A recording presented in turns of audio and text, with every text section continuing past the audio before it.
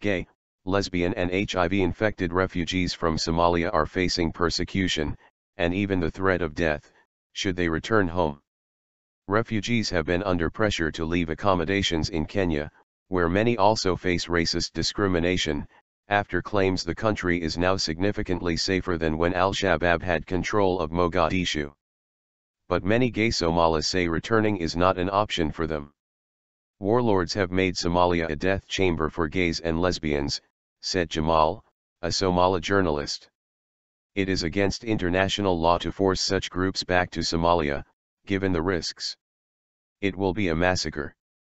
Top UN officials, among them Secretary General Ban Ki-moon, have claimed, however, that the country is safe and requires its citizens to help with the reconstruction process. But for some refugees, the reality of going back home, whether by force or voluntarily, rests somewhere between a rock and hard place. I have no doubt all gays, lesbians, HIV/AIDS positive people and other minorities will be killed. It will be a massacre, claimed Said Elmi, a 25-year-old taxi driver, who is fluent in Kiswahili, Kenya's national language. I fled Bosaso in northern Somalia 10 years ago, when a friend informed me and my partner that we were set to be arrested and prosecuted for imitating women and committing indecent acts, revealed Elmi, who told us that his sexual orientation was not a secret. Cases such as Elmi's are not isolated, but realities facing hundreds of refugees, doubly marginalized. Another of Elmi's friends, who works as a male sex worker in Nairobi's Parklands area, said he would prefer to spend the rest of his life in a Kenyan jail than return to Somalia, and the possible death by stoning that awaits him there. The risk of return. Aid workers and civil rights group privately and publicly say the level of risks, threats and hostility towards gays and lesbians has further complicated and worsened the plight of civilians in Somalia's war-torn landscapes, as well as for refugees in Kenya and their families back home. Abdi Noor Farah, a Somali refugee who has lived in Kenya for more than 10 years, says armed gangs, including Al-Shabaab, have publicized their intent to enforce harsh punishments against perpetrators of adultery and homosexuality as a means of attracting funding from religious groups and sections. A careful analysis of past prosecution cases has never been conducted fairly. It has been in total disregard of Sharia law, claimed the elderly Farah, formerly a teacher in Somalia. In fact, the prosecutions have been criminal and sinful acts.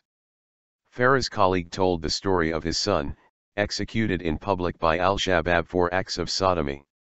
My son was killed simply because he declined to join Al-Shabaab, he said. Nobody ever raised the matter of his sexuality, or complained. He was picked up from my house and taken into custody. He went on to explain that he was summoned to watch the death sentence be carried out. I did not attend. But all my neighbors witnessed his execution, carried out in an open space. The father of the deceased claimed he was never offered a chance to defend his son, never saw either the complainant or witnesses. Nor was he allowed to attend the case hearing. Islamic law is very clear, strict procedure must be observed in such serious cases, stated Farah, determined to stay in Kenya. Complainants making accusations must be seen. The mental status of persons, including witnesses, juristic teams, and the offenders, must be deemed fit. Yet in Somalia, he noted, in less than an hour, people are shot dead. The most infamous crime. A cross-section of Somalis and aid workers interviewed for this article said homosexuality has been widely practiced for centuries in Somalia. Despite this, armed gangs in the ascendancy since the rise of former dictator Siad Barre have declared the orientation the most infamous crime. Mrs. Fatuma is an HIV-positive single mother of 3 who left Nairobi last month. I pray they don't learn about my HIV-positive status, she said. I know of a number of women who have been killed to prevent them from spreading the disease. She also feared she would be forced to marry other HIV-infected people. Her fears were shared by health workers who escaped death threats at the notorious Dadaab refugee camp, fleeing to Nairobi thereafter, after conducting a series of campaigns advocating the use of condoms to prevent HIV and other sexually transmitted infections. "I fled Dadaab camp 4 years ago to save my life," said former health worker Haji. "I'm glad it was after the successful campaign to help stem the HIV prevalence, which had risen to an alarming number of more than 15,000 positive cases." Haji said his work helped reduce cases of abortion, and saved the lives of many young girls as well as infants. But instead of praise, it earned him many enemies. "They vowed to kill me, my enemies. They are in Somalia and are aware that I am alive," said Haji, who managed to move his family to Europe and hoped soon to join them. "They will only be relieved when I am dead." Inhuman.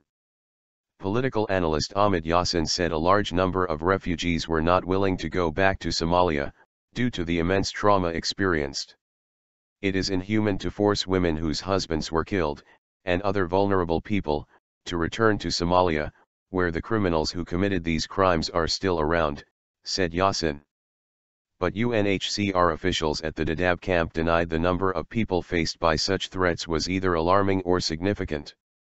"We have classified a special number of cases, young girls who escaped forced marriages and genital mutilation, secured them relocation to other countries or allowed them more time to stay," said a UNHCR program officer, who asked to remain anonymous due to security concerns.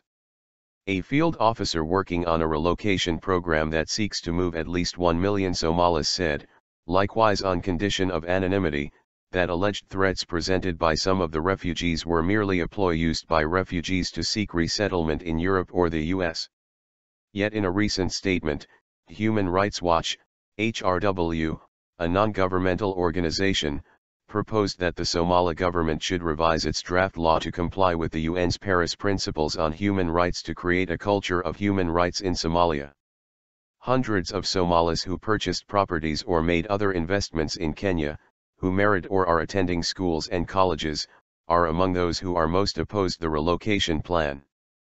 The simmering war of words between the Somali federal government and regional rebel leaders, alongside the latest outbreak of fatal clashes in Jubaland, have all prompted many refugees to change their minds about returning to a country where peace has been elusive for more than 2 decades. "Al-Shabaab is back," said Ali, a Somali refugee in Ijeala, northern Kenya. "They are regrouping.